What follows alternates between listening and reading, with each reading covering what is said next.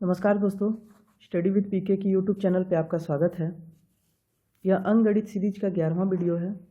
इससे पहले की वीडियो में मैंने संख्या पद्धति और वैदिक गणित को ख़त्म कर दिया है और सेकंड चैप्टर में अपने सिलेबस का स्टार्ट कर चुका हूं, जिसमें मैंने टाइप 1, टाइप 2 और टाइप 3 को पढ़ा दिया है।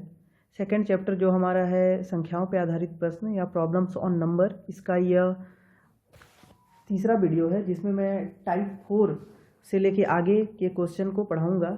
इस चैप्टर में कुल 19 टाइप के क्वेश्चन हैं। आने वाले 2-3 वीडियो में सभी समाप्त हो जाएंगे। बहुत लोगों को मेरे टेलीग्राम चैनल को ज्वाइन करने में दिक्कतें आ रही थी, क्योंकि वीडियो के डिस्क्रिप्शन में मैंने जो लिंक दिया था वह ओपन नहीं हो रहा था, जिसके कारण बहुत सारे लोग उसमें ज्वाइन नहीं हो पा रहे थे। तो उसे भी मैंने सही कर दिया है। आप टेलीग्राम चैनल पे उस लिंक के द्वारा आप ज्वाइन हो सकते हो। और मैंने वीडियो जब स्टार्ट किया था अपना, तो बताया था आपको कि एक एक चैप्टर के बाद मैं आपको प्रैक्टिस के लिए उस चैप्टर से रिलेटेड क्वेश्चन का प्रैक्टिस सेट दूंगा। तो वह प्रैक्टिस सेट मैं अपने टेलीग्राम चैनल पे ही दूंगा। आप प्लीज़ उसको ज्वाइन कर लीजिए और आज या कल में मैं उसको टेलीग्राम चैनल पे डाल दूंगा। आप ज़्यादा से ज़्यादा प्रैक्टिस कीजिए ताकि ज़्यादा से ज़्यादा आपसे बन सके क्वेश्चन।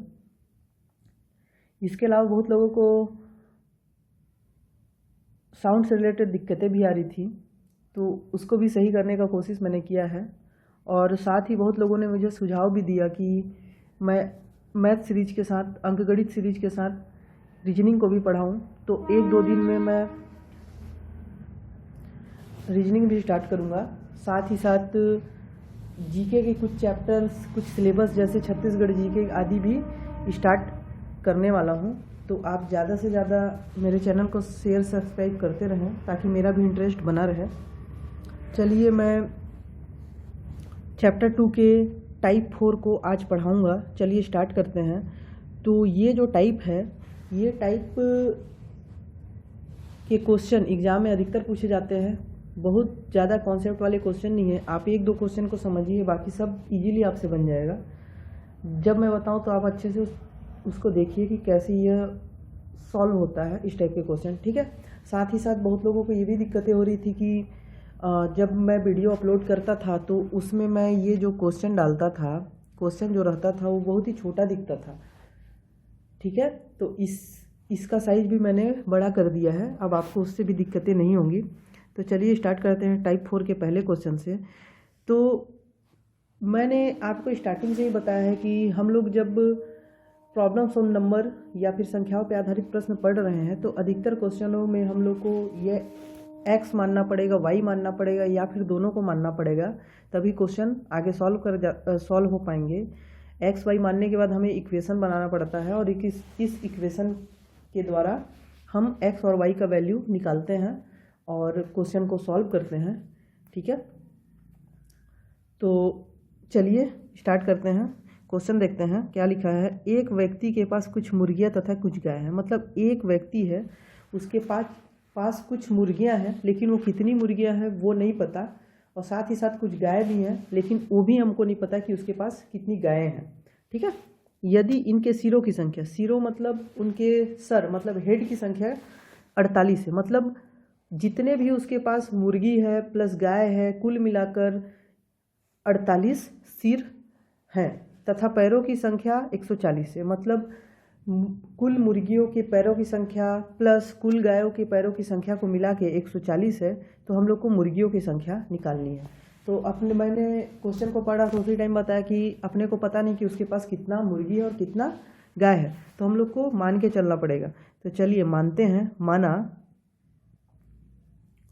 मुर्गियों की संख्या, माना मुर्गियों की संख्या x है। मैं बोला ही था कि हमको हर क्वेश्चन में मान के ही चलना है। माना मुर्गियों की संख्या x है। अब देखिए क्वेश्चन में मुर्गियों की संख्या निकालना है, तो मतलब हमको x का वैल्यू ही निकालना है, x का वैल्यू ही निकालना है, ये ध्यान रखिएगा।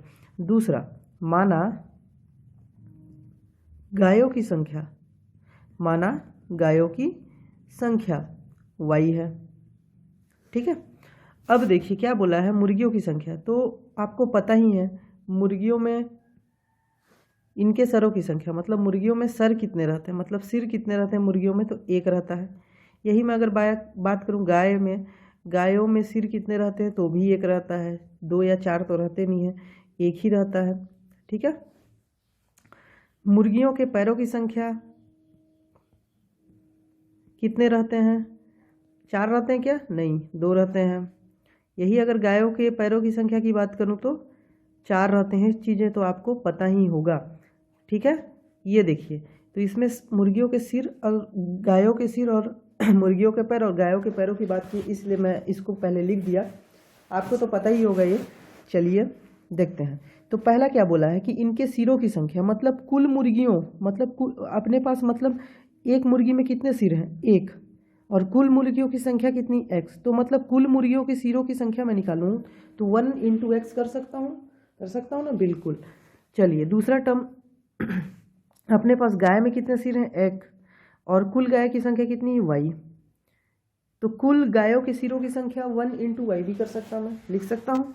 अब इन दोनों का, इनके सिरों की संख्या की बात की है, इनके सिरों की संख्या 48 है। मतलब इन दोनों को ऐड करने पे, मतलब मुर्गियों के कुल सिरों की संख्या प्लस गायों के कुल सिरों की संख्या को ऐड करने पे आ रहा है 48। मतलब x + y = 48। ठीक है, x + y = 48 यह बोला गया है। यहाँ पे 1 × x करूँगा तो x आएगा, 1 × y करूँगा तो ये y आएगा। तो x + y = 48, इक्वेशन फर्स्ट आ गया। ठीक है। चलिए सेकंड इक्वेशन बनाते हैं हम लोग, एक और इक्वेशन बनाते हैं। इसमें क्या बोला है,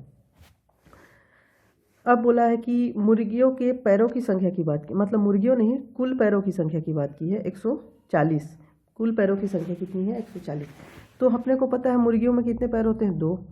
उसका टोटल में मुर्गियों की संख्या, मतलब x से, ये टोटल मुर्गियों की संख्या थी, x से गुणा करूँगा तो मुर्गियों के कुल पैरों की संख्या आ जाएगी। मतलब एक मुर्गी में 2 पैर होते हैं तो 10 मुर्गी में लगभग 20 पैर होंगे, तो 2 से गुणा करना पड़ेगा 10 का, मतलब कुल मुर्गी जितने हैं उससे गुणा करना पड़ेगा।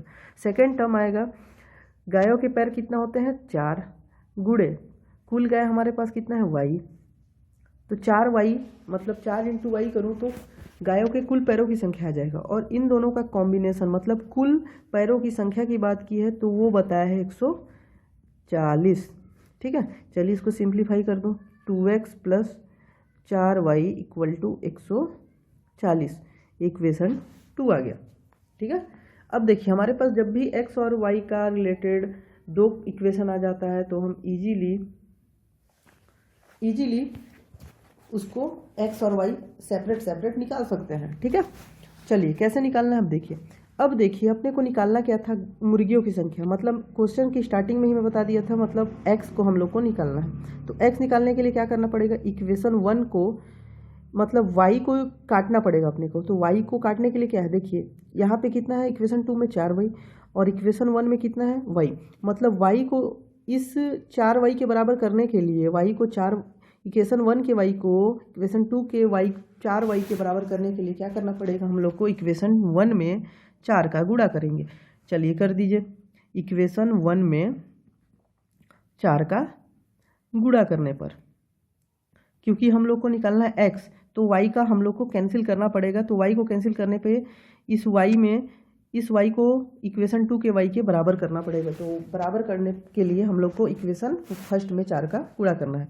तो चलिए इक्वेशन फर्स्ट में 4 का गुणा करेंगे तो 4x + y = 4 × 48, दोनों पक्षों में 4 का गुणा हो जाएगा। ठीक है। चलिए इसको सॉल्व कीजिए, तो 4x प्लस इस 4 का गुणा इस y से, तो 4y = 4 का गुणा 48 से करने पे कितना आएगा, 192। इक्वेशन 3 मान लीजिए। ठीक है, इक्वेशन 3 मान लीजिए। अब इक्वेशन 3 को देखिए और इक्वेशन 2 को देखिए, y का वैल्यू बराबर हो गया ना, यहाँ भी 4y था इक्वेशन 2 में और इक्वेशन 3 में 4y है। तो ये दोनों इक्वेशन में y का बराबर हो गया, हम इजीली घटा सकते हैं। इजीली घटाने पे 4y कैंसिल हो जाएगा। तो चलिए इक्वेशन 3 में इक्वेशन 2 को घटाने पर, अब घटाते हैं तो दोनों पक्षों को हम लोग को घटाना पड़ेगा। चलिए इक्वेशन 3 क्या था अपना, 4x + 4y एक पक्ष ले लिया इक्वेशन 3 का, इक्वेशन 2 का एक पक्ष को ले लीजिए, फर्स्ट पक्ष को, मतलब ब्रैकेट में ले लेता है 2x + 4y, ठीक है, इक्वल टू इक्वेशन 3 के सेकंड पक्ष कितना था 192 और इक्वेशन 2 का सेकंड पक्ष कितना था माइनस हो जाएगा 140। हम लोग को माइनस करना है इसलिए यहाँ पे माइनस लिया और यहाँ पे भी माइनस लिया, ठीक है, गुड घटाना इसलिए।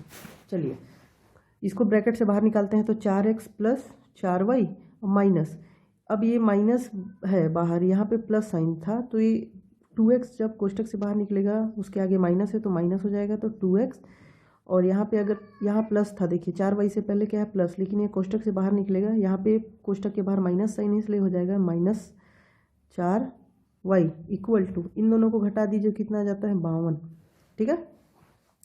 अब देखिए x वाले टर्म और y वाले टर्म को एक साथ कर देता हूँ, 4x माइनस ये x वाला टर्म, ये वाला x वाला टर्म को यहाँ लिख दिया और ये वाले x टर्म को यहाँ पे लिख दूंगा 2x प्लस, अब y वाला टर्म क्या है 4y और माइनस ये वाला भी क्या है 4y इक्वल टू 52।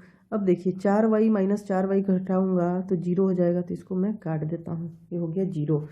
अब यहाँ पे क्या बचा 4x में, इस 4x में इस 2x को घटाऊंगा तो बचेगा 2x इक्वल टू 52। अब x का वैल्यू निकालूंगा तो 52 डिवाइडेड ये 2 इसके नीचे जाएगा तो हो जाएगा 26, मतलब x का वैल्यू आ गया क्या 26। तो x हम किसको माने थे, x माने थे मुर्गियों की संख्या, तो मुर्गियों की संख्या कितनी है, मुर्गियों की संख्या हमारे पास आ गई 26। यही आपका आंसर होगा क्योंकि क्वेश्चन में मुर्गियों की संख्या की ही निकालने की बात की थी, तो आंसर आपका 26। चलिए इजी है, देखिए सेम क्वेश्चन है, हमेशा सर से रिलेटेड, पैर से रिलेटेड या आँख से रिलेटेड क्वेश्चन ही पूछेगा, गाय भैंस मुर्गी यही सब का, ठीक है। चलिए सेकंड क्वेश्चन देखते हैं। सेकंड क्वेश्चन में बात क्या है, एक व्यक्ति से पूछा गया, मतलब एक व्यक्ति से पूछा गया कि उसके पास कितने भैंस और कितनी मुर्गियाँ, सेम व्यक्ति पास कुछ भैंस तथा कुछ मुर्गियाँ हैं, तो उसने कहा कि उसके जानवरों की 120 आँखें तथा 180 टांगें हैं, टांगे मतलब पैर, 120 आँखें तथा 180 टांगे, उसके पास कितने भैंस और कितनी मुर्गियाँ हैं। देखिए पहले वाले क्वेश्चन में हम लोग को सिर्फ मुर्गियों की संख्या निकालनी थी, लेकिन इस वाले में दोनों की संख्या बोला है निकालने के लिए, क्योंकि कितने भैंस और कितनी मुर्गियाँ हैं दोनों निकालना पड़ेगा, इसलिए हम लोग को x और y दोनों का वैल्यू निकालना पड़ेगा। सेम माना, चलिए माना इस बार भैंस की संख्या, भैंस कितनी है x और मुर्गी कितनी है y, ये मान लिया, ठीक है। अब बोला है कि मुर्गी में कितनी आँख होती है, सबसे पहले मुर्गी में 2 आँख, 2 ही आँख होता है ना, और पैर भी 2 होता है। वही अगर मैं भैंस की बात करूं, भैंस में कितने आँख होते हैं 2 आँख, भैंस में 2 आँख और पैर कितना होता है 4, ठीक है। तो चलिए बनाते हैं, कुल आँखों की संख्या बोला है, मतलब भैंस और प्लस मुर्गी दोनों के जितने भी नंबर्स ऑफ भैंस होंगे, जितने भी नंबर्स ऑफ मुर्गी होंगी, उन सब का मिला के उनके आँखों की संख्या 120 है। मतलब मैं, चलिए भैंस का लेते हैं तो 2 आँख, तो 2 गुणे भैंस कितना है x, टोटल भैंस कितना है x, 2 गुणे x प्लस, अब मुर्गी का ले लेता तो 2 गुणे मुर्गी कितने हैं टोटल y इक्वल टू 120 आएगा ना, क्योंकि कुल आँखों की संख्या की बात की है। तो ये हो जाएगा कुल भैंसों की आँखों की संख्या, ये हो जाएगा कुल मुर्गियों की आँखों की संख्या, इन दोनों को जोड़ दूंगा तो कुल आँखों की संख्या 120। चलिए तो हो जाएगा 2x + 2y equal to 120, equation, ठीक है ना। इसी टाइप से पैर की संख्या बोला है, ठीक है, टांगों की संख्या पैर की संख्या बोला है। तो इक्वेशन देखिए, सबसे पहले भैंस में कितने होते हैं 4 पैर, तो 4 × x, मतलब कुल भैंसों के पैरों की संख्या 4 गुणे x हो जाएगा, प्लस मुर्गी में कितने पैर होते हैं तो 2 गुणे y, मतलब कुल मुर्गियों के पैरों की संख्या आ गया और उसका वैल्यू कितना दिया है 180। चलिए इसको सॉल्व कर लीजिए, 4x + 2y equal to 180, equation 2। अब इक्वेशन 1 इक्वेशन 2 तो आ जाएगा, अपने को दोनों निकालना है तो बारी बारी से हम लोग क्या कर सकते हैं, इसको डायरेक्ट किसी का गुणा करने का जरूरत नहीं, क्योंकि यहाँ पे भी y 2y है, यहाँ पे भी 2y है, तो डायरेक्टली आप कर सकते हो, ठीक है ना। गुणा करने का मेन मकसद पिछले क्वेश्चन में यह था कि हमको वैल्यू निकालना था, तो एक को हम लोग को काटना ही पड़ता इसलिए, ठीक है ना, क्योंकि यहाँ पे उस इक्वेशन या इस इक्वेशन में दो अननोन फिगर हैं, एक x का अननोन फिगर है, एक y का अननोन फिगर है। तो हम लोग जब सेकेंड गुणा नहीं करके उसको डायरेक्टली बनाते तो भी वहाँ पे दो अननोन फिगर आते हैं जो कि निकाल नहीं पाते हम लोग, तो हम लोग को एक एक करके निकालना पड़ता है, इसलिए इसको उसमें गुणा करने की ज़रूरत पड़ी और इसमें भी गुणा करने की ज़रूरत पड़ती, लेकिन यहाँ पे ज़रूरत नहीं है क्योंकि यहाँ पे भी 2y है, यहाँ पे भी 2y इक्वल है। कोई एक भी टर्म अगर इक्वल रहता है, कोई एक भी टर्म दोनों इक्वेशन में इक्वल रहता है तो इजीली निकल जाता है। सिंपली आप क्या करो, इक्वेशन 2 में 1 को घटा दो, ठीक है। यहाँ पे इक्वेशन 2 में क्यों घटाया, क्योंकि देखिए यहाँ पे तो ये सेम टर्म हो गया y वाला, लेकिन x वाला टर्म क्या हो गया, यहाँ पे 2x, यहाँ 4x है, तो 4x मतलब कौन सा बड़ा है, दूसरा इक्वेशन का बड़ा है x वाला टर्म, इसलिए हम लोग को दूसरा इक्वेशन में पहले को घटाना पे, जो बड़ा रहता है उसमें हम लोग को छोटा में घटाना है। नहीं तो छोटा में भी बड़ा को आप घटा सकते हो, लेकिन वह ऋणात्मक में आ जाएगा और लेंदी हो जाएगा थोड़ा, तो हम लोग को इक्वेशन 2 में इक्वेशन 1 को घटाने पर, तो इक्वेशन 2 कितना है 4x प्लस 2y, यही था ना 4x प्लस 2y, इसका पहला टर्म, इक्वेशन 1 का पहला टर्म क्या है 2x plus 2y, 2x plus 2y, ठीक है। अब इक्वेशन 2 में सेकंड वाला सेकंड पक्ष कितना था, ये 180, यहाँ लिख दिया 180। अब उसमें माइनस कितना करना है अपने को, पहला इक्वेशन के 120 को, ठीक है, ये 120। चलिए कोष्ठक से बाहर निकाल दीजिए, 4x plus 2y minus 2x, अब यहाँ पे माइनस है यहाँ पे प्लस है, तो क्या हो जाएगा ये माइनस 2y, कोष्ठक से बाहर निकलेगा तो 180 में से 120 घटाने पर इधर बच जाएगा 60। देखिए चलिए एक साइड करके ही काटता, एक साइड कर लिया, 4x माइनस 2x, x वाले टर्म को एक साइड और y वाले टर्म को एक साइड, ये वाला 2y और माइनस ये वाला 2y इक्वल टू 60। ये कैंसिल क्योंकि ये सेम है, इसका वैल्यू आ जाएगा 0, रखने का ज़रूरत नहीं है। 4x में से 2x घटाऊंगा तो आ जाएगा 2x इक्वल टू 60, x का वैल्यू निकालूंगा तो 60/2, क्योंकि ये वाला 2 इसके नीचे जाएगा तो आ जाएगा 30, x का वैल्यू 30। अब हम लोग को देखिए क्या माने हैं, x मतलब भैंस की संख्या, मतलब 30 क्या आ जाएगा, भैंस की संख्या, भैंस की संख्या कितना आ गई 30। यही अगर मैं अब y का निकालूंगा, मुर्गी की संख्या, तो कैसे निकालूंगा, मुर्गी की संख्या, सिंपली इस x का वैल्यू को इक्वेशन 1 में पुट करने पर, इक्वेशन 1 में रखने पर, ठीक ना, इक्वेशन 1 में रखने पर, इक्वेशन 1 क्या था अपना, देखिए इक्वेशन 1 क्या था 2x प्लस 2y, देखिए यहीं पे कर देता 2x plus 2y equal to 120, equation 1 था, हमारे पास x का वैल्यू आ गया है 30। चलिए 2 गुणे इस x के जगह में ये वाला 30 रख सकता हूँ, तो 2 गुणे 30 प्लस 2y इक्वल टू 120, इसको गुणा कर दो तो आ जाएगा 60 प्लस 2y इक्वल टू 120। चलिए 2y का वैल्यू निकालूँ तो 120, इस 60 को इधर में ट्रांसफ़र कर रहा हूँ तो ये हो जाएगा माइनस में, क्योंकि यहाँ पे ये प्लस में था, इधर ट्रांसफ़र करने पे चेंज हो जाता है तो ये माइनस में, तो 2y इक्वल टू 120 में से 60 घटाने पे आ जाएगा 60, तो y का वैल्यू कितना आ जाएगा 60/2, और इसको काट दीजिए तो कितना आ जाएगा 30, मतलब आपके पास x का वैल्यू भी 30 आया और y का वैल्यू भी 30 आया, मतलब भैंस की संख्या भी 30 है और मुर्गी की संख्या भी 30 है, ये ऐसे बनेगा, ठीक है। एक व्यक्ति के पास कुछ गाय तथा कुछ बतखे, इनके पैरों की संख्या सिरों की संख्या के 2 गुने से 14 अधिक है भैंसों की संख्या। अब ये देखिए ये क्वेश्चन थोड़ा ट्रिकी है, ये क्वेश्चन थोड़ा ट्रिकी है, चलिए इसको भी बता देता कैसे ट्रिकी है। देखिए एक व्यक्ति के पास कुछ भैंसे तथा कुछ बतखे हैं, बटके नहीं बतखें, ठीक है, इनके पैरों की संख्या सिरों की संख्या से कुल संख्या के 2 गुने से 14 अधिक है। भैंस कितना है मान लीजिए x, बत्तख कितना है y, इनके पैरों की संख्या, अब आपको पता है पहले बात की है पैरों की संख्या, तो भैंस में कितने पैर? 4x। भैंस में कितने पैर? 4। उसका गुणा x करूँ तो कुल भैंसों की पैरों की संख्या आ जाएगा। ठीक है, पैरों की संख्या प्लस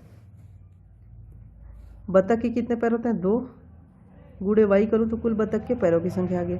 ये क्या आ जाएगा? पैरों की संख्या। यहाँ पे वैल्यू नहीं दिया है, देखिए पैरों की संख्या। ठीक है, कुल पैरों की संख्या आ गया। अब दूसरा बात किया है, सिरों की संख्या की बात किया है, तो सिर कितने रहेंगे? भैंस के भी एक, बतख के भी एक, तो 1 इंटू एक सिर किसके? भैंस के, और कुल भैंस x, प्लस 1 एक सिर किसके? बतख के, और कुल बतख y। ये कितना आ जाएगा? सिर की संख्या, कुल सिर की संख्या आ गया। अब क्या बात किया है? पैरों की संख्या सिरों की कुल संख्या से दोगुने से 14 अधिक है, मतलब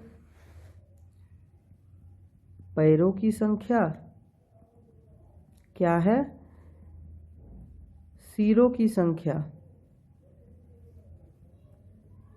का क्या है? दोगुना, मतलब 2 से गुणा करूंगा ना, दोगुना से 14 अधिक, मतलब प्लस 14। दोगुना तो है, प्लस 14 भी करना पड़ेगा क्योंकि 14 अधिक है। इतना सिरों की संख्या को दुगुना करके मैं 14 उसमें जोड़ूंगा क्योंकि 14 अधिक है, तब कुल पैरों की संख्या आएगी। ऐसा वो बोल रहा है, ऐसा वो रिलेट कर रहा है। देख लीजिए, इनके पैरों की संख्या सिरों के कुल संख्या के दुगुने से 14 अधिक है। समझ गए? अब ये आ गया, तो पैरों की संख्या कितना निकाले थे हम लोग? 4x plus 2y। ये वाला 4x plus 2y equal to सिरों की संख्या कितना है? इसको मैं x कर लूँ, प्लस 1 इंटू वाई करने पे y ही कर लूँ, गुणे 2 तो था ही अपना, और 14 हो गया। चलिए इस क्वेश्चन को सॉल्व करते हैं।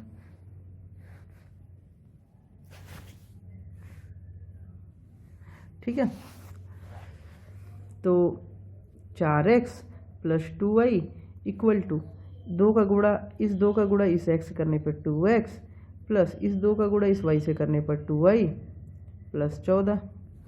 ठीक है, चलिए एक साइड कर देते हैं 4x। अब ये 2 को इधर में ट्रांसफ़र करूँगा तो आ जाएगा, ये प्लस में था तो इधर आएगा तो माइनस में आ जाएगा, इसलिए -2x प्लस 2y। अब इस 2y को इधर ट्रांसफ़र करूँगा, ये प्लस में था, ये आ जाएगा माइनस में, 2y इक्वल टू यहाँ पे सिर्फ बच गया इन दोनों टर्म को तो इधर में ट्रांसफ़र कर दिया, यहाँ पे बच गया 14, तो 14। चलिए 4x में से 2x घटाने पर आ जाएगा 2x plus 2y minus 2y, क्या आ जाएगा? कैंसिल हो जाएगा 0 इक्वल टू 14। 0 का मतलब है नहीं, इसलिए 0 मैं हटा देता हूँ, तो 2x इक्वल टू 14 आ गया। x का वैल्यू निकालूंगा तो 14/2, क्योंकि ये 2 इसके नीचे जाएगा तो आ जाएगा 7। तो x का वैल्यू कितना आ गया? 7। मतलब अपने पास x किसको माने थे? भैंस को। भैंस आ गया, भैंस की संख्या 7। भैंसों की संख्या कितनी है? तो क्वेश्चन में ही पूछा है भैंसों की संख्या कितनी है, तो आ जाएगा 7। ये आपका आंसर। एक व्यक्ति के पास कुछ गाय तथा मुर्गियां हैं। इनके टांगों की संख्या सिरों की संख्या के दुगुने से 24 अधिक है। गायों की संख्या कितनी है? सेम। यहाँ पे सिरों नहीं है, यहाँ पे पैरों हैं। ठीक है, टाइपिंग थोड़ा मिस्टेक हो जाता है, जो भी मिस्टेक रहेगा उसको मैं पढ़ाते टाइम में सुधार दूंगा।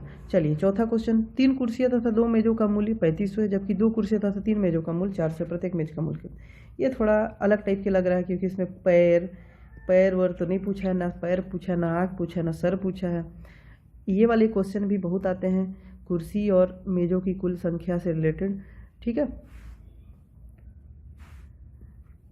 ठीक है ना। चलिए देखिए क्या बोला है, 3 कुर्सियां और 2 मेज। मतलब यहाँ पे 2 चीज़ का बात की है, कुर्सी और मेज। तो कुर्सी को सिंपली हम लोग क्या मानेंगे? x, और मेज को मानेंगे y। मेज किसको बोलते हैं? टेबल को बोलते हैं। कुर्सी किसको बोलते हैं? चेयर को बोलते हैं। ठीक है, तो 3 कुर्सी मतलब 3 गुणे, किसी दुकान पे मैं गया, उसको मैं बोला कि भाई मेरे को 3 कुर्सी दे तथा 2 मेज दे। तो 3 ठो मैं क्या लिया? कुर्सी, मतलब x लिया, प्लस कितना मेज लिया? 2 मेज लिया। 2 गुणे मेज की संख्या कितने? y। तो वो बोला कि भाई भैया आपको 3500 रुपये देना है, मतलब 3 कुर्सी मैं खरीदा और 2 मैं साथ में खरीदा। मैं बोला बिल बना दे, कितना रुपये दूँ, तो बोला 3500 रुपये देना है। मतलब इतना सामान मेरे को कितना में मिला, 3500 में। 3 कुर्सी और 2 मेज कितना में मिला, 3500 में। 3x + 2y = 3500। अपने को बारी बारी से कुर्सी का, प्रत्येक मेज का मूल्य निकालना है, कुर्सी का मूल्य निकालना, अपने को पता नहीं है। मैं बोला कि भाई मेरे को ये वाला 3 कुर्सी दे दे, ये वाला 2 मेज दे दे, और कितना बिल हो गया, 3500। अब मैं घर आया तो कोई मेरे से पूछा कि एक कुर्सी कितने का पड़ा या एक मेज कितने का पड़ा। तो वो क्वेश्चन ये है, कैसे निकालते हैं देखिए। तो 3 × x मतलब कुर्सियों की कुल संख्या, प्लस 2 × y मतलब 3 कुर्सी प्लस 1 कुर्सी का मूल्य है x, ये मूल्य है कुर्सी का और ये मूल्य है मेज का। तो 3 × x करूँ, मतलब एक का मूल्य है, एक कुर्सी का x और एक मेज का मूल्य है y। तो एक में से 3 में अगर कुर्सी ले रहा हूँ तो 3 का गुणा करूँगा, टोटल मूल्य जो, मतलब एक का जो मूल्य रहेगा, तब मेरे को 3x आया। और सेम इसमें मेज का, एक मेज के मूल्य में, मतलब मैं 2 मेज खरीद रहा हूँ तो 2 × y करूँगा। इन दोनों को ऐड करने पे टोटल बिल बनाया मेरा 3500 का, 3500 रुपये। पहला इक्वेशन आ गया। दूसरा इक्वेशन, जबकि एक और आदमी लिया 2 कुर्सी लिया तथा 3 मेज लिया, मतलब 2 × x किया, मतलब 2 कुर्सी लिया, एक कुर्सी का मूल्य x प्लस 3 मेज लिया और एक मेज का मूल्य y किया, तो कितना उसको सिर्फ 400 रुपया पड़ा। उसको कितना पड़ा, सिर्फ 400 रुपया। तो अपने को प्रत्येक मेज का मूल्य निकालना है। चलिए इसको भी सिंप्लीफाई कर दूँ, 2x + 3y = 400, इक्वेशन 2। ठीक है, ये आ गया इक्वेशन 2। ये 400 नहीं है, इतना सस्ता तो पड़ेगा नहीं, ये 4000 एक्चुअली में, तो 4000। ठीक है, इक्वेशन 2। ठीक है ना। चलिए अब देखिए इक्वेशन 1 को देखिए, इक्वेशन 2 को देखिए। मैं आपको पहले भी बताया हूँ कि जब भी 2 ऐसे इक्वेशन आते हैं तो आपको क्या करना है। जब भी ऐसे इक्वेशन आते हैं तो आपको एक टर्म को इक्वल करना है। यहाँ पे जैसे 2y दिया है, यहाँ पे 3y, इक्वल है क्या, नहीं। यहाँ पे 3x दिया है, यहाँ पे 2x दिया है, इक्वल है क्या, नहीं है। ठीक है, तो ये आपको एक टर्म को इक्वल करना है। तो चलिए इक्वल करके भी बना सकते हैं, नहीं बनाना है तो एक उसके लिए मैं आसान सा ट्रिक दे दूंगा, एक फार्मूला दे दूंगा। उसमें इस टाइप के जैसी 2 इक्वेशन आए, उस फार्मूले में आप डायरेक्टली पुट कीजिए तो वो आपका आंसर आ जाएगा। चलिए उसको मैं पहले सिंपली जो मेथड रहता है इक्वल करके, उससे मैं बता देता हूँ पहले, उसके बाद ट्रिक से बताऊँगा। तो चलिए इक्वेशन 1 को मैं इधर लिख लेता, 3x + 2y = 3500, ये वाला इक्वेशन 1 लिखा। दूसरा इक्वेशन 2 ये वाला लिख रहा हूँ, 2x + 3y = 4000। अब अपने को क्या करना पड़ेगा, प्रत्येक मेज का मूल्य निकालना अपने को। मेज कौन सा है, y है, तो अपने को काटना किसको पड़ेगा, x को हटाना पड़ेगा, x वाली टर्म को हटाना पड़ेगा क्योंकि y निकालना है। तो यहाँ पे 3 है, यहाँ पे 2 है, तो क्यों ना इसमें मैं 2 का गुणा करूँ और इसमें 3 का गुणा करूँ, कि तो x का वैल्यू भी 6 वाली टर्म में आ जाएगा, क्योंकि इस 2 का गुणा इस 3 से करूँगा तो 6 आ जाएगा, और इस 3 का गुणा इस 2 से करूँगा तो भी 6 आ जाएगा, तो इक्वल आ जाएगा, तो ये कट जाएगा आसानी से। इसलिए इक्वेशन 1 में मैं 2 का गुणा करता हूँ और इक्वेशन 2 में मैं 3 का गुणा करता हूँ। चलिए इसको गुणा करने पे क्या आया, 2 का गुणा दोनों टर्म पे करूँगा,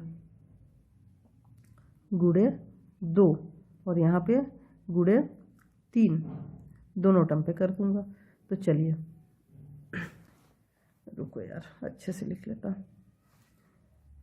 पहला इक्वेशन से बनाता हूँ, 3x + 2y, इसमें मेरे को कितना का गुणा करना है, 2 = 3500 गुणे 2। इसको सॉल्व कीजिए तो कितना आ जाएगा, 2 को गुणा इस 3 से कीजिए तो 6x प्लस 2 का गुणा इस 2 से कीजिए तो 4y = 3500 को गुणा 2 से करने पे 7000। ठीक है, सेम इक्वेशन 2 क्या था, 2x + 3y, इसमें किसका गुणा करना है मेरे को, 3 का, और यह हो जाएगा 4000 गुणा, इधर भी 3 हो जाएगा गुणा, तो इस 3 का गुणा इस 2 से करूँगा तो 6x, और इस 3 का गुणा इस 3y से करूँगा तो 3 × 3 = 9y, और इस 3 का गुणा इससे करूँगा 4000 से तो 12000। ये आ गया। अब देखिए ये वाला टर्म सेम हो गया ना, ये वाला टर्म सेम हो गया। चलिए अब माइनस जब भी करते हैं तो y वाला टर्म जो रहे, मतलब जो सेकेंड टर्म जिसको बचा रहे हैं हम, उसमें बड़ा वाली जिसे बड़ा वाला जिसमें दिया है, बड़ा संख्या जिसमें दिया है, उससे छोटे वाले संख्या वाले इक्वेशन को माइनस करते हैं, घटाते हैं। तो देखिए इसमें क्या है, 9y है, इसमें क्या है 4y है। बड़ा कौन सा हुआ है, 9y वाला, क्योंकि 9 4 से बड़ा है। तो इस इक्वेशन में मतलब 6x प्लस 9y, इस इक्वेशन में घटाना किसके हो अपने को, ए वाला इक्वेशन। तो यहाँ क्या आ जाएगा, 6x plus 4y equal to same second term में 12,000 माइनस 7,000। ठीक है, ये पहला मेथड बता रहा हूँ। इसके बाद मैं आपको एक ट्रिक बताऊंगा। सिंपली यहाँ पे ना आपको गुणा भाग जोड़ घटाव कुछ करने का जरूरत नहीं है। 2 इक्वेशन आया, इस 2 इक्वेशन को डायरेक्टली आप फॉर्मूला पे पुट कीजिए, आपका आंसर आ जाएगा। चलिए इसको अलग कर लेते हैं। 6x प्लस 9y माइनस, ये 6x रहेगा, ये माइनस बाहर है, यहाँ पे प्लस है तो क्या हो जाएगा माइनस 4y का 4y इक्वल टू 12,000 में 7,000 घटाने पे कितना आ जाएगा 5,000। 5,000 लिख दिया। अब एक साइड कर लूँ, 6x माइनस 6x, x वाले टर्म को एक साइड कर रहा हूँ और y वाले टर्म को एक साइड कर रहा हूँ, यही आएगा 6x माइनस 6x, और ये वाला 9y और ये माइनस 4y। ठीक है, इक्वल टू 5,000। ये वाला टर्म तो कैंसिल हो गया क्योंकि ये 0 हो जाएगा। 6 में से 6 माइनस करूँगा तो 0। यहाँ कितना बचा, 9 में से 4 घटाऊँगा तो 5y इक्वल टू 5,000। y का वैल्यू निकालो तो 5,000/5, क्योंकि ये 5 नीचे जाएगा, इसको भाग दे दूँ तो आ जाएगा 1,000। मतलब y का वैल्यू कितना आ गया हमारा 1,000। ये क्या था, मेज का मूल्य, एक मेज का मूल्य। तो प्रत्येक मेज का मूल्य आ गया आंसर, क्योंकि y हम लोग उसी को माने थे, मेज का मूल्य। चलिए इसका मैं एक ट्रिक बताता आपको। ट्रिक बताने से पहले आपको जो इक्वेशन 1 और इक्वेशन 2 आया था उसको लिख लेता हूँ। इक्वेशन 1 क्या आया था अपने पास, यहीं पे बता देता। चलिए सॉरी देखिए यहाँ लिख देता। ठीक है, इक्वेशन 1 क्या आया था, ये वाला equation, 3x plus 2y equal to 35,000। और इक्वेशन 2 क्या आया था, ये वाला, 2x plus 3y equal to 4,000। ये 35,000 नहीं है, 3500 है। ठीक है, ये वाला 3500 है, और ये नीचे वाला सेकंड इक्वेशन में 4,000 है। बाकी का मैं आप मिटा देता। ठीक है ना, ये इक्वेशन लाए थे, कैसे लाए थे तो आपको पता है। इस इक्वेशन को लाने के बाद ये जो मेथड बताया इससे पहले, उसमें मैंने गुणा उड़ा करके इक्वल करने का बताया, फिर इक्वल करने के बाद घटाने का बताया, उसके बाद आंसर आता। लेकिन ये जो 2 इक्वेशन आ गया, उसके बाद एक फार्मूला बता रहा हूँ, उससे आप डायरेक्टली उसको पुट करके बना सकते हैं। चलिए इधर लिख देता, चलिए फार्मूला लिख लीजिए। ठीक है, पहला एक पद बताऊंगा, वैसा रहता है तो कैसे बनता है देखिएगा। जब भी ax plus by equal to c रहे, एक इक्वेशन ये रहे, और दूसरा equation dx plus ey equal to f रहे, ये दूसरा इक्वेशन। यहाँ पे कंफ्यूज नहीं कीजिएगा, directly a b c d e f इस टर्म में लिया हूँ, x y, और यहाँ पे भी x और y ऐसा ही है। देखिए ये वाला इक्वेशन और ये वाली इक्वेशन सेम ऐसे ही है ना। तो इसके लिए फॉर्मूला क्या है, देखिए ऐसा टर्म रहे, पहले बोला हूँ ऐसा टर्म रहे तो आपको सिंपली आप x का वैल्यू निकाल सकते हैं और y का वैल्यू निकाल सकते हैं। तो x का वैल्यू निकालने के लिए आपको सिंपली क्या करना पड़ेगा, bf minus ec divided bd minus ea। ये बस सिंपली एक फार्मूला है, ये फार्मूला आप याद रखिए। तो इससे पहले जो मैं मेथड से बताया क्वेश्चन को, उतना करने का जरूरत नहीं है, आपको इजीली बन जाएगा। और y का वैल्यू निकालने के लिए क्या फॉर्मूला है, dc माइनस af बटा db माइनस ae। ठीक है, db माइनस ae, ये दोनों सेम ही है नीचे का, कंफ्यूज मत होइए। यहाँ पे bd माइनस e है, यहाँ पे db माइनस ae, मतलब बात तो एक ही है। ठीक है, ऊपर वाला जो टर्म है वो चेंज होता है, ठीक ना, ऊपर वाला टर्म चेंज होता है। चलिए अब इस इक्वेशन से आप कंपेयर कीजिए। ठीक है ना। ये वाला जो फर्स्ट इक्वेशन है इसको इसके फर्स्ट इक्वेशन से कंपेयर कीजिए। तो x यहाँ दिया है, y तो y यहाँ दिया है, प्लस का भी दिया है। a का वैल्यू इसके हिसाब से मैं क्या लिख सकता हूँ, तो 3 लिख सकता हूँ, क्योंकि यहाँ पे जो a है इसमें 3 है। वो यहाँ पे जो जिस जगह पे a रखा हुआ है उस जगह पे इसमें 3 रखा हुआ है। सिंपली यहाँ पे जिस जगह पे b रखा हुआ है यहाँ पे 2 रखा है, तो b का वैल्यू मैं कितना मान लूँ, 2। और यहाँ पे जो जिस जगह पे c रखा है वहाँ पे यहाँ पे c का वैल्यू कितना रखा हुआ है, 3500। ये कंपेयर किया, a का वैल्यू 3, b का वैल्यू 2 और c का वैल्यू 3500। सिंपली इसका वैल्यू देखिए सेकेंड इक्वेशन में, ये वाला इक्वेशन और इस इक्वेशन के लिए देखिए अब। तो यहाँ पे जहाँ पे d का वैल्यू लिखा हुआ है यहाँ पे 2 लिखा हुआ है, तो d इक्वल टू 2। e का वैल्यू जहाँ पे लिखा हुआ है यहाँ पे 3 लिखा हुआ है, e का वैल्यू 3। और f जहाँ लिखा हुआ है वहाँ पे 4 लिखा हुआ है, 4000, तो f इक्वल टू 4000।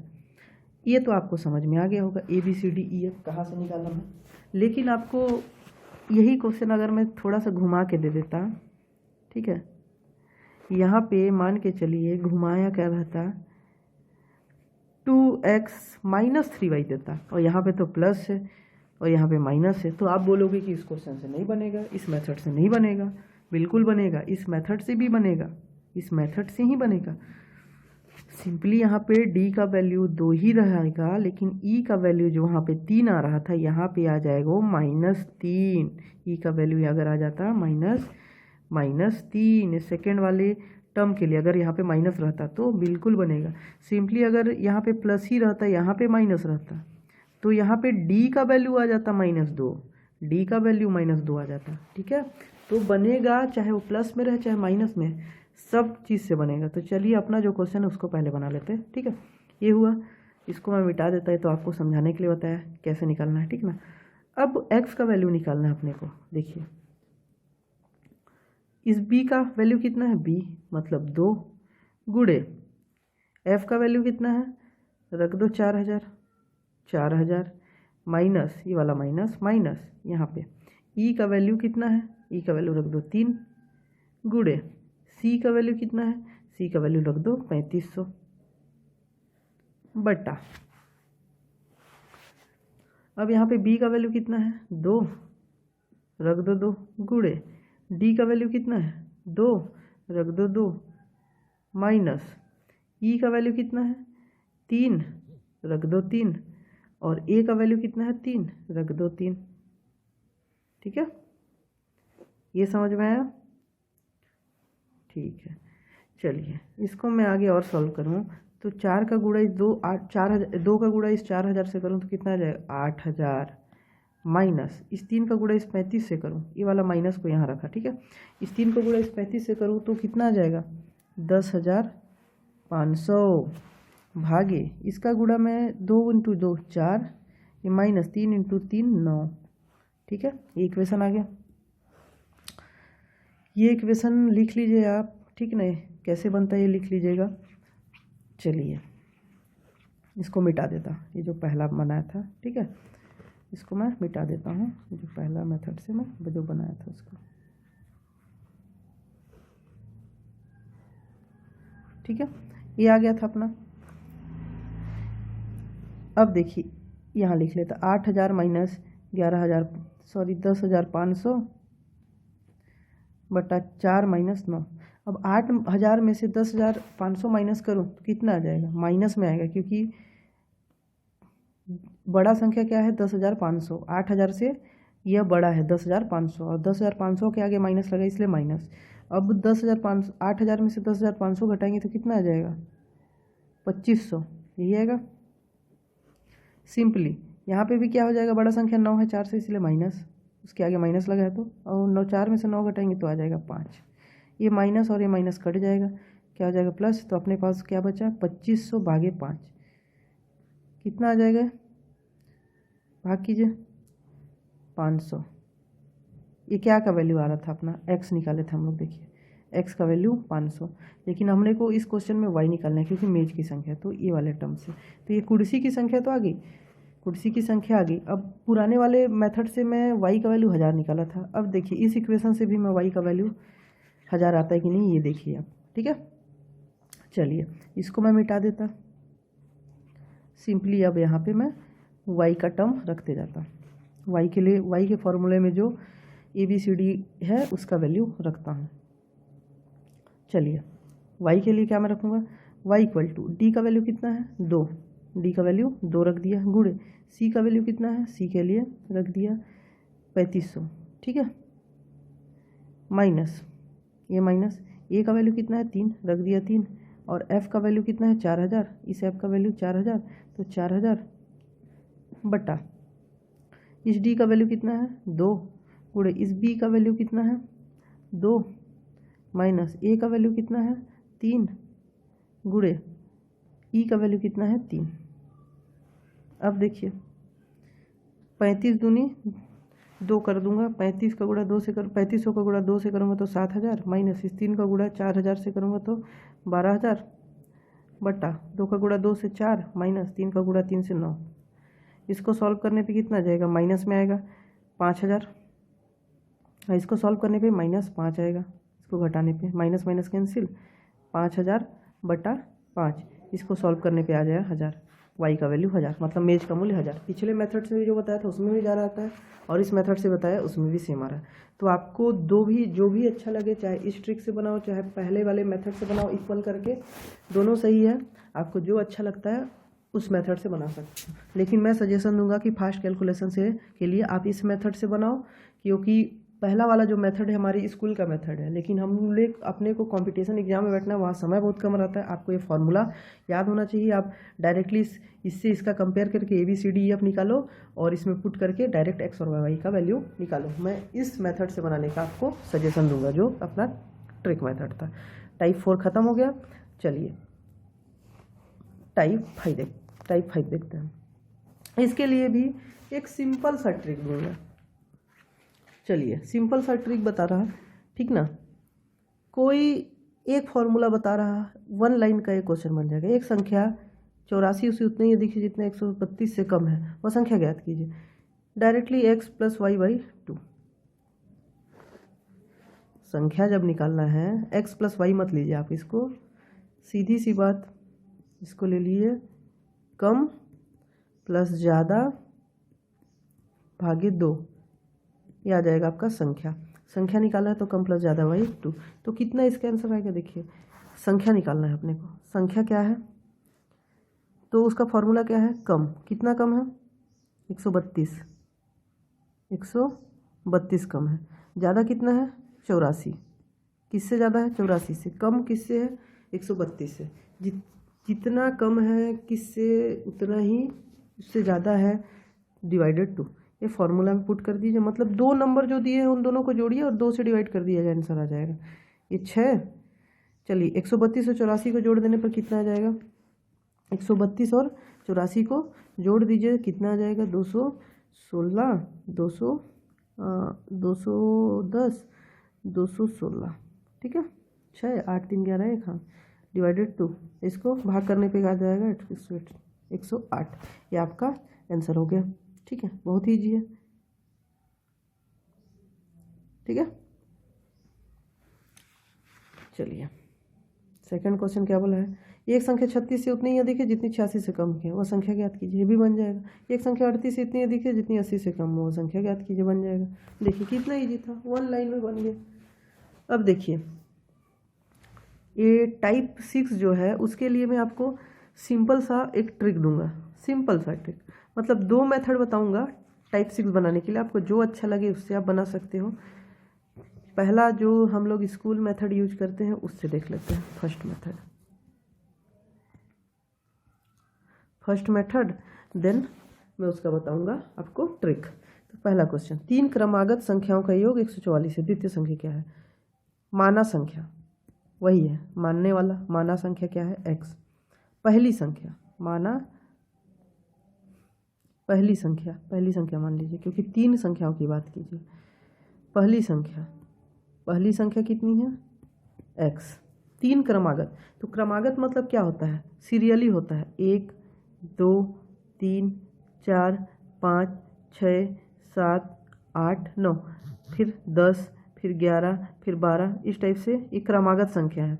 1 के बाद 2 आता है, 2 के बाद 3, फिर 4, फिर 5, फिर 6, फिर 7, फिर 8, फिर 9, फिर 10, फिर 11, फिर 12। अब आप देखिए कि क्रमागत संख्या का बात करता है, मतलब वो क्रम से आते हैं, तो उसमें कितना का डिफरेंस रहता है।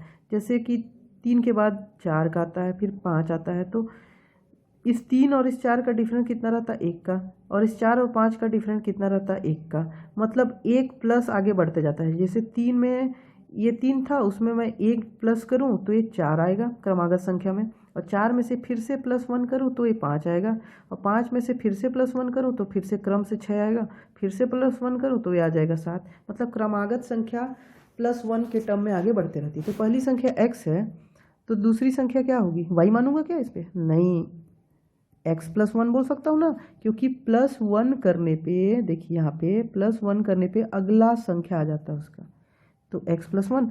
तीसरी संख्या क्या बोलूँगा मैं, तीसरी संख्या ए वाला x+1 ले लिया और उसमें +1 करूँगा तो तीसरी संख्या आ जाएगा। मतलब इसको x+2 लिख सकता हूँ, क्योंकि a1 और a1 को जोड़ दिया, तो x+2 लिख सकता हूँ। मतलब 3 संख्या क्या आ गई अपने पास, x+1 और x+2, ये 3 संख्या है। ठीक है, तीनों संख्या आ गई। अब क्या बोला है क्वेश्चन में, तीनों का योग बोला है, तीनों संख्या का योग, मतलब x+x+1, पहली संख्या तो x ये ले लिया, दूसरी संख्या x+1 ये ले लिया, प्लस तीसरी संख्या x+2 ये ले लिया, इक्वल टू इन दोनों का योग, इन तीनों को जोड़ा तो कितना आया गया, 144। यहाँ पे देखिए इस x को और इस x को जोड़ूँ तो कितना आ जाएगा, 1 2 और 3, 3x आ जाएगा, प्लस यहाँ पे क्या बचा, अब 1 और 2, 1 और 2 को जोड़ूँ तो 3 इक्वल टू 144। समझ गया ना। अब देखिए 3x करूँ तो 144, इस 3 को मैं इधर शिफ्ट करूँ तो आ जाएगा 3, तो 3x इक्वल टू 141, x का वैल्यू निकालूँ तो 141/3 कितना आ जाएगा, 47। मतलब x का वैल्यू 47। x क्या थी हमारी, पहली संख्या, पहली संख्या आ गया, लेकिन निकालना क्या है, द्वितीय संख्या। द्वितीय संख्या क्या है, ये x+1, ये दूसरी संख्या, तो x+1 ये दूसरी संख्या, तो x का वैल्यू कितना है, 47, उसमें +1 कर दूंगा ये वाला तो आ जाएगा 48। मतलब दूसरी संख्या आ जाएगी हमारी 48, आंसर। देखिए ये भी आसान था, और दूसरा ट्रिक जो बता रहा हूँ बहुत ही आसान है, कोई दिक्कत नहीं है। पहली दूसरी तीसरी संख्या समझ में आएगी आपको। चलिए इसका एक मैं ट्रिक बताता हूँ। तो क्रमागत संख्या कभी भी क्या रहता है, एवरेज के टर्म में रहता है। मतलब देख, डायरेक्टली आप इसमें 3 संख्या की बात की है, ये 3 बोला है और यहाँ पे 144 बोला है, तो डायरेक्टली 144 से आपको 3 का भाग दे दीजिए, कितना जाता है, 48। 48 आया, 48, उसके बाद क्या आ जाएगा, 49, और उससे एक पहले, मतलब जो भी आता है, ये जो आंसर आता है ये बीच वाला रहता है, ये बीच वाला रहता है। तो 48, उससे पहले, उसके बाद 49 और उससे पहले 47, क्रमागत संख्या ये होगी। तो पहली संख्या आपकी 47, दूसरी संख्या 48, तीसरी संख्या 49। एक लाइन में बन गया ये ट्रिक, ठीक है, एक लाइन में बन गया, ठीक है ना। इसका मैं कोई ज़्यादा कॉन्सेप्ट नहीं दूंगा, इस ट्रिक का कॉन्सेप्ट बताने लगूँ तो बहुत टाइम लगेगा कि ऐसा क्यों आया, ठीक ना। आप बस ये ट्रिक याद रखिए कि एक जो योग बोला है 144, उससे 3 का पूछा है, 3 क्रमागत संख्या है तो 3 से डिवाइड कर दीजिए, आगे 48 लिखे, क्रमागत है तो अगला टर्म क्या हो जाएगा उसका, 49, क्योंकि +1 रहता है, और उससे पहले वाला टर्म में क्या हो जाएगा, 1 माइनस रहेगा, क्योंकि ये 47 के बाद 1 आता है, ठीक है ना। तो ये 47 आ गया, दूसरी संख्या निकालना था 48, आंसर खत्म। चलिए ट्रिक से दूसरा मैं बता देता। अगर 5 का पूछा है तो कैसे होगा, कितना है 85, कितना संख्या पूछा है 5, डिवाइडेड 5 कर दो, कितना आता है 17 लिख लिया। अब ये तो बीच वाला संख्या होगा, यहाँ एक होगा, यहाँ एक होगा, इधर एक और इधर एक, मतलब इधर 2 और इधर 2, 4 हो गए और एक 5, मतलब दोनों साइड आना चाहिए। तो क्रमागत मतलब आगे बढ़ेगा तो 18, उसके आगे 19, और इससे पहले क्या आ जाएगा 16, और इससे पहले आ जाएगा 15। कौन सा संख्या निकालना है, प्रथम संख्या आ गया 15, ये 15, द्वितीय संख्या 16, तृतीय संख्या 17, चौथा 18 और पाँचवा 19, ठीक है। चलिए गुणा वाला भी बता देता, सेम मेथड से बनेगा, कोई ज़्यादा टेंशन वाली बात नहीं है। चलिए देखिए 3 क्रमागत गुणों का संख्या, यहाँ पे भी क्रम का आया 3 के, लेकिन 3 क्रमागत गुणों का संख्या, जैसे अगर पहला 3 रहेगा तो दूसरा 6 रहेगा, तीसरा 9 रहेगा, क्योंकि 3 के गुणक पूछा है, मतलब 3 का डिफरेंस होना चाहिए इसमें, ठीक है, 3 का डिफरेंस होना चाहिए, इस टाइप से होना चाहिए, ऐसा क्रमागत है। गुणकों का योग कितना है, 90 है। इनमें सबसे बड़ी संख्या निकालिए। तो सबसे बड़ी संख्या आपको पता है कि आगे जितना जाता है, आगे ये जितना बढ़ते जाएगा क्रम से तो उतना बड़ा होता जा संख्या, मतलब लास्ट वाला संख्या हम लोग को निकालना है, सबसे बड़ी संख्या, और 3 संख्या निकालना है। तो डायरेक्टली क्या करेंगे, ये वाला 90 कितना निकालना था, 3 संख्या, 3, ये कितना आ गया 30, लेकिन 3 का गुणक पूछा है कितना, 3 के 3 गुणक पूछा है, मतलब आगे इसमें +3 रहेगा तो हो जाएगा 33, और इसके पीछे -3 हो जाएगा तो हो जाएगा 27, क्योंकि 27 के बाद ये 30 आता है, इसके बाद 33 आएगा, 3 की वो चीज़ में। ठीक, बड़ी संख्या क्या आ गई, 33 है आपका आंसर। आपको जो इजी मेथड लगे वो आप बना सकते हो। इसी को अगर मैं x और x+3 और x+6 के रूप में लेता, क्योंकि 3 का प्लस है, +3 फिर उससे होते जाता तो भी बनता, लेकिन ये मेथड ज़्यादा इजी है, आप बना सकते हो। सेम 3 क्रमागत संख्याओं का योग 12 हो तो उनके वर्गों का योग निकालिए। अब उनके वर्गों का योग निकालना है, संख्याएं तो निकालनी है, लेकिन संख्याएं जो निकालेंगे वो आंसर नहीं रहेगा इसमें, उसके वर्गों का योग आंसर रहेगा।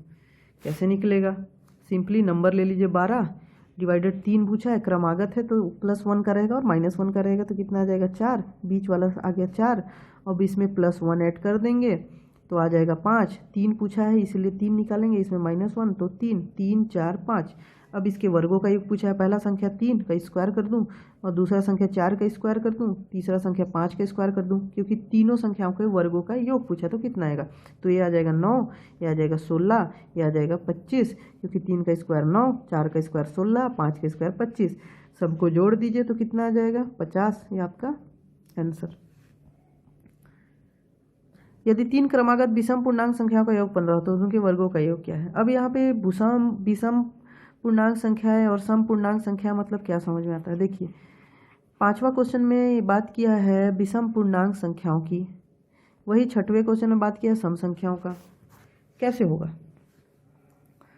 विषम संख्याओं का आपको पता है x, फिर उसके बाद क्या आ जाता है 3, उसके बाद क्या आ जाता है 5, उसके बाद क्या आ जाता है 7, उसके बाद क्या आता है 9, ये क्रमागत हुआ विषम क्रमागत। मतलब विषम हर संख्या रहेगा और क्रम में रहेगा, क्योंकि 1 के बाद 2 लिखूं तो सम हो गया, उसको नहीं लिखना है इसलिए 3 लिखा क्योंकि ये विषम है। उसके बाद 4 लिखूं तो भी सम हो गया, इसको भी नहीं लिखूंगा, 5 लिखा तो भी सम हो गया। तो यहाँ पे कितने का डिफरेंस है, देखिए +2 हो रहा है, यहाँ पे +2 हो रहा है, यहाँ पे +2 हो रहा है। तो विषम संख्या के केस में क्या होता है +2, ठीक है। क्रमागत बस था तो क्या होता था +1, विषम संख्या हो रहा है तो +2। और अगर यही चीज़ अगर 3 का गुणक वाला एक क्वेश्चन बनाए थे तो +3 था, 4 का गुणक वाला रहता तो क्या हो जाता +4 रहता, इस टाइप से रहता है, ठीक है ना।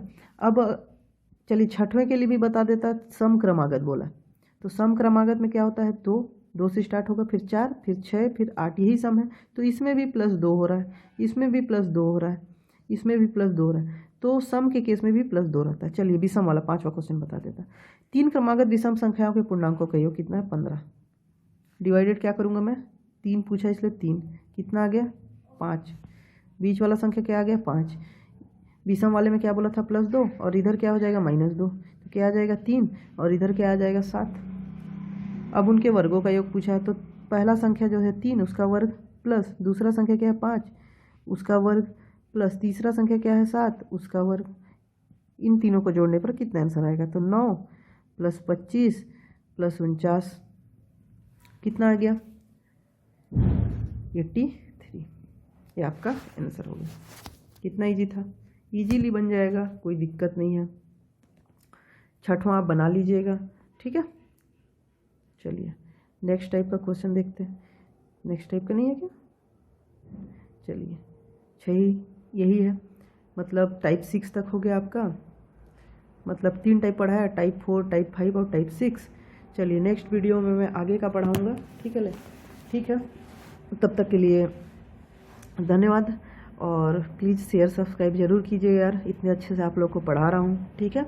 और समझ में नहीं आया तो टेलीग्राम चैनल है ही, वहाँ आप मेरे से पूछ सकते हो, जब भी टाइम मिलेगा, जब भी फ्री रहूँगा आपको ज़रूर उसका आंसर दूंगा, ज़रूर आपको उसका सॉल्यूशन बताऊँगा मैं। तब तक के लिए धन्यवाद, मिलते हैं नेक्स्ट वीडियो में।